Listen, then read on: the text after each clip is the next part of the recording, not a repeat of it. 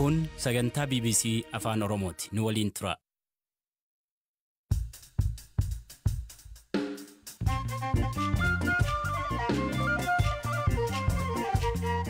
Yooyaa malee yooyaa dhaggeeffattoota raadiyoo BBC Afaan Oromoo nu dhiyaadha bakka nu dhaggeeffachuu jirtan cufaatti sagantaan keen am jalqabu. Lixa Oromiyaatti ajjeechaa fi buqqa'uu namoota akkuma itti fufeen jiraa jedhan walitti bu'iinsi kunin maali? Walitti bu'iinsa finxaaleeyyiin Amaaraa uummata keenya irratti tarkaanfii fudhataa jirudha jenna nuti. Oromoo iddoo adda addaatti jiru kana irratti tarkaanfii ajjeechaa jumlaa irratti fudhatee. Humni waraan Sudaan bulchiinsa siviilii akka deebi'uu fi waliigaltee mallatteessuuf waancaa addunyaa deemaa jiruuni wanta haaraa isa hubachiifna. Kanaaf oduu dabalataan waliin tura aan Asli Galgalo.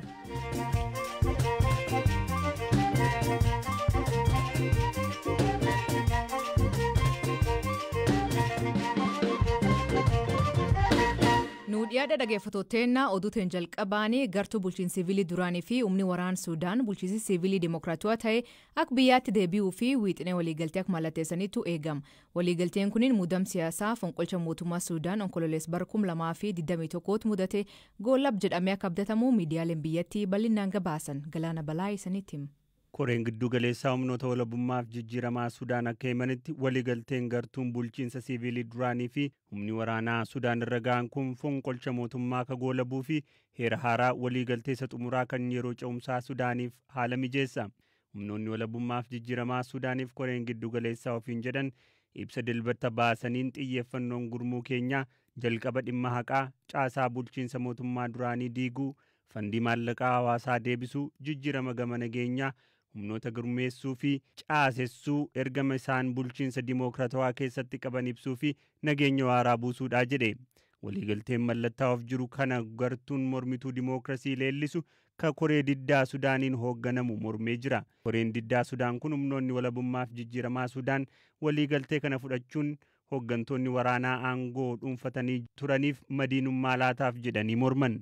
Rogeeyyiin muraasni wixata hiriira mormii guddaa waamuun waliigalticha fudhatama dhabsiisuuf waamicha dhiyeessanii turani. Waliigaltichi mallatteeffamuu dursee qondaaltonni Sudaan nama siyaasaa beekamaa hidhaa ture Wajdii Saalih hidhaarraa hiikan. Wajdii Saalih hoogganaa koree farra malaammaltummaa Sudaan yoo ta'u bulchiinsa pirezidaantii Omar al-Bashir akka diiguuf dirqamni itti kennamee ture. Fonqolcha mootummaa Sudaanitti raawwatee pirezidaantiin duraanii Omar al-Bashir aangoorraa gugsamanii booda yeroo jalqabaaf waliigalteen bulchiinsa siviilii ilaalchisee mallattaa'e hagayya 17 bara 2019tti ture. Waliigalteen yeroo sanii koreen walabaa hundaa'e hanga filannoo bara 2022tti gaggeeffamutti bulchiinsa biyyaa akka harkaa qabaatu ture. Gidduutti garuu diddaaf waliigaltee dhabuun dhalate. Uummatnis bulchiinsa waraanaa diduuf hiriira ba'uutti fufe.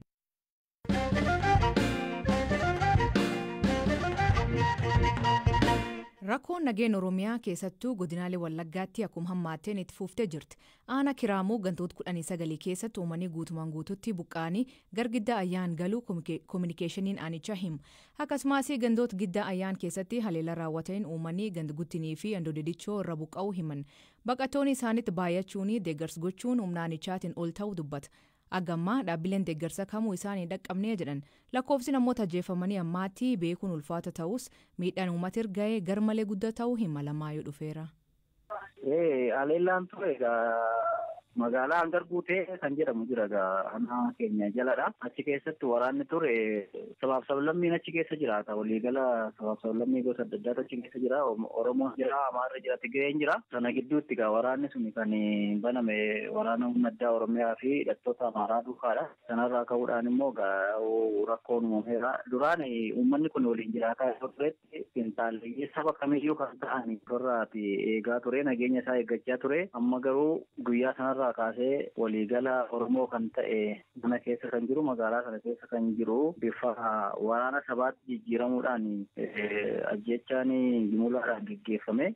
Uummanni jumlaan ajjeefame kami? Uummata Oromoo. Kan nama ajjeessuun eenyu? Hidhattoota Amaaraati ka. Ka'uma waliin jiraachaa turan moo naannoo Amaara irra ce'an? Kanuma waliin jiraachaa turanii amma odeeffannoo qabnuun kan iddoo biraatti hidhatanii itti makaman jiru nuun jedhu bal'inaan garuu namoota akka maatiitti hojii jiraachaa turan gidduutti dhakarraa kana jechuudha. Waraanni kun yeroo dheeraa fi himamaa jira. Uummanni buqqa'uun, uummanni ajjeefamuun Haali uummati keessa jiru maal fakkaata yoo isan ilaaltan? Ammatti egaa haalli uummanni keessa jiru rakkisaadha. Egaa kana jechuun namatti ulfaata. Rakkoon kun baay'ee rakkoo ulfaataadha. Qeerraa buqqa'uun du'uun rakkoo hamaadhaaf saaxilamu keessa nama geessisee jira. Maddi rakkoo kanaa maali? Tureera. Tuttuqqaan kun tureera. Lafarra rakkifamaa ture. Gama uummata Oromootiin hidhattoonni Abaaboo Shanee bosona jiranii yeroo adda addaatti waggoota lamaan kanarraati kaasanii uummata Amaaraa aanolee kana keessa jiran yeroo tokko tarkaanfii irratti fudhatu boodarraan bifa haalootiin isaanis kaasaa turanii haaloo keenyan baafannaa tarkaanfiin fudhanne jaan keenyan ba'aa kan jedhu haaloo kuufannaadhaan kan ka'ee irraati kan maddeedhannee siin fudhanna kallattii adda addaatiin egaa yaa'u namni xiinxala dhuunfaasaatiin waan adda addaa kaasa jechuudha waan dhimma babal'ifannaa lafaa wajjin kan wal qabatus fedhii xiinxaleeyyiin Amaaraa dhuunfaa isaaniitiin qabanis of keessaa hin maddisiisu. Uummanni Amaaraa kan dubbifnee humna nageenya naannoo Oromiyaatti waraanurraa banee nu miidhu jira jedha. Kan waloluu jiru eenyu? Walitti bu'iinsi kun walitti bu'iinsa xiinxaleeyyiin Amaaraa uummata keenya irratti tarkaanfii fudhataa jirudha jenna nuti. Oromoo iddoo adda addaatti jiru kanarratti tarkaanfii ajjeechaa jumlaa irratti fudhatee amma sa'aatii ammaa kanarratti ija laalluun duguuggaa sanyii waraana sabaadha jechuudha. Yaa'u qaamni nageenyaa tasgabbeessuudhaaf gidduu galee yeroo adda addaatti yaalii godheera. Inumaayyuu immoo kanarra darbanii isaan immoo qaama nageenyaa keenya irratti iddoo adda addaatti tarkaanfii hadhaa'aa fudhatan. Amma aanalee kan keessatti tasgabbii fiduu fi humni nageenya mootummaa kan naannoos ta'e kan federaalarraa namoonni bobbaafaman jira. Amma bobba'eera. Amma kunoo sa'aatii ammaa kanallee waraanni mootummaan erge karaarra jira hin qaqqabiin jira garuu waraanni raayyaa ittisaa magaalaa hangar guutee sana galeera kaleessa erga waraanni sun galee ammatti fooyyee qaba waraanni akka du'aa sana miti fooyyee qaba garuu jarri kun ammallee lafa waraanni jiru raayyaan ittisaa jirurraa xiqqoo lafa waraanni hin jirretti baqatanii ammallee yaalii tarkaanfii ajjeechaa fudhachuu itti jiru waraanni garuu ammallee duumaan galaa jira ammas galaa jira karaarra jira. Dubbii himaan adda bilisummaa Oromoo Boolamee Gammachuu gabaasa saabaa jiraniin namoonni saba Oromoo ta'an 29 humnoota finxaaliyyaa Amaaraatiin jedhaniin ajjeefamuu himu. Dhibba darbe godina Wallaggaa Bahaa aanaa Kiiramuu gandoota akka Lalistuu Somboo, Caffee Soorumaa, Haaroo deedeemmoo addatti magaala Kiiramuu kan magaala guddittii aanchaa taate keessaatii lammiilee nagaatti. Yeroo humni federaalaa fi humni hidhattoota finxaaliyyaa Amaaraa yeroo isaanitti lammiilee nagaa ajjeesaa turan maatii fi jiraattota irraatii odeeffannee argannees kanatti deemaa ture. Kun lafa babal'ifachuudhaa fi qabeenya saamuudhaan kan waggootaaf ture amma immoo gara gaafa jimaata darbe godina Wallaggaa Bahaa aanaa Giddaa Ayyaanaa magaala Hangar Guutee. Akkasumallee bakka Andoodirichi yookaan ganda dhakaa jigii toora sanarratti hammas humni finxaaliyyii kun kan mootummaa federaalaadhaan leenjifamanii ga'oomfamaniiti hidhatanii jiran dhumaatii guggaa sanyii uummata Oromoo addaan qoodee jalqabametu achittis raawwatee jechuudha. Kana waliin wal qabatee gaafa sanbata duraa darbee.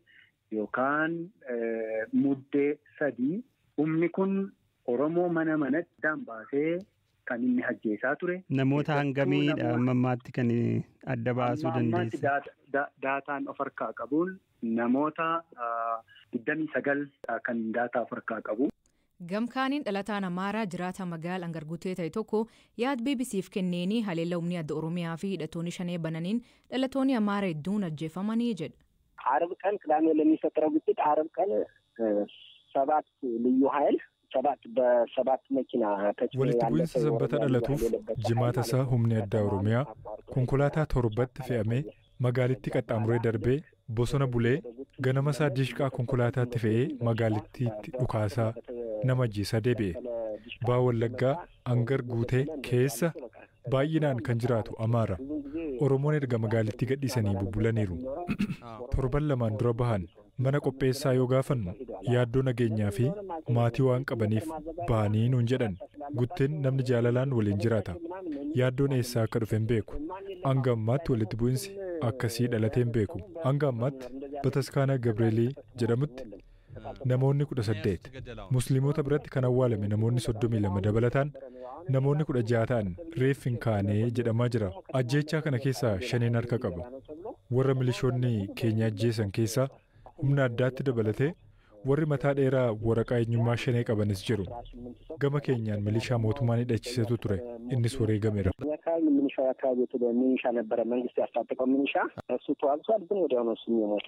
Koomishinii mirga namoota Itoophiyaa dhimkan irratti gabaas qabaachuu isaa gaafachuuf bilbiluus qorannoo geggeessan mirkaneeffachaa jiran himan.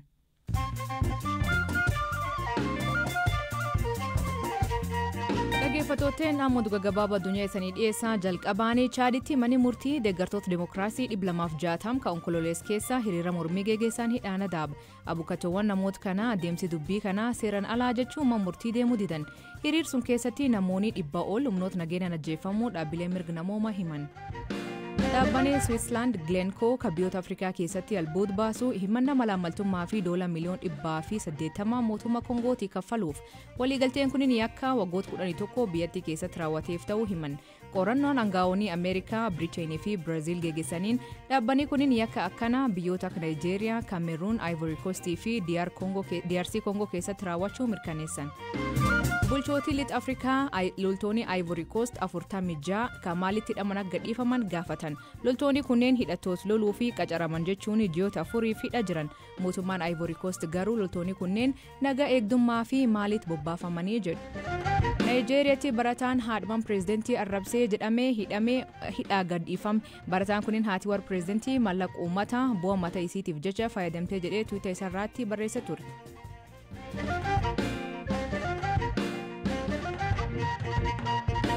Tapha waancaa addunyaa Kataariin Kiroo'eeshiyaan Jappaan rukutaa peenaaltiin injifattee nus xumuraatti ceete. Senegaal Ingilaandiin injifatamuu hordofee leenjisaan garichaa dogongor garee isaanii deebiinii akka ilaalan hima. Galaana Balaayii gabaas qaba. Dilbata galgala tapha waancaa addunyaa Kataar Ingilaandiif Senegaaliin walitti fideen biyya Afrikaa Senegaal seenaa ishee waggaa 20 duraa osoo irra hin deebiin hafteetti. Maqaan isoo leencota Teraangaa jedhamuun kan beekaman gareen Senegaal boqonnaa dura galchiin 2tti gale. Taphi daqiiqaa 90 fudhata. Boqonnaa dura bareeda taphannee carraa uumne. Garuu haala nama gaddisiisuun galchuu dadhabne jedhan leenjisaan Senegaal Aloo Siise. Afrikaa irraa garee cimaa ta'uuf waggootaaf dalagnee garuu garee cimaa addunyaa 5 keessaa tokko ta'e waliin walitti dhufnee garaagarummaa jiru hubannee jedhan. Hamma cimuu qabnu hin cimnes jechuun dubbatan. Ingilaand galchii sadaffaa boqonnaa boodatti dabaluun hirboomaa irratti Faransaay waliin akka taphattu mirkaneeffatteetti. Gareen Faransaayis ga'umsa cimaan garee Poolaand gaafa dilbataa 3-1 injifateera. Akkaatuma kanaan Senegaal biyya Afrikaa arfaffaa waancaa addunyaa Kataar keessaa qe'eetti deebi'uu mirkaneeffatte taateetti. Bakka buutiin biyya Afrikaa ammallee dorgommicha keessa jirtu Morokoo qofa yeroo taatu, Morokoon guyyaa boruu Ispeen waliin morkatti. Waancaa addunyaa dura ciminni Senegaal ittisuu ture jedhu leenjisaan kun waltajjii kanarratti galchiin hedduu akka nutti seenu eeyyamuu keenya ibsuun nama rakkisa irra deebinee ilaaluu qabnaa jedhan. Waggaa 4 dura waancaa addunyaa Raashiyaan qopheessite irratti Senegaal ramaddii ishee keessaa darbuu hin dandeenye ture. Gama kaaniin taphataan sarara fuulduraa Ingilaandiif kilaba Chelsiif taphatu Rahiim Sterling garee Ingilaand waliin dorgommii waancaa addunyaaf Kaataar osoo jiruu hattoonni mana isaa cabsanii seenanii jennaan tapha dhiisee qe'eesaatti deebi'eera. Taateen kun kan isa mudate sanbata darbee yeroo ta'u osoo maatiin isaa mana keessa jiranii gareen hidhatan mana isaa cabsanii seenuun guddoo isa rifaasise. Hoogganaan kilaba Ingilaand Gaarz Saawusgeet erga Ingilaand dilbata kaleessaa Senegaaliin injifatte oduun kun dhugaa ta'uu mirkaneessanii jiru.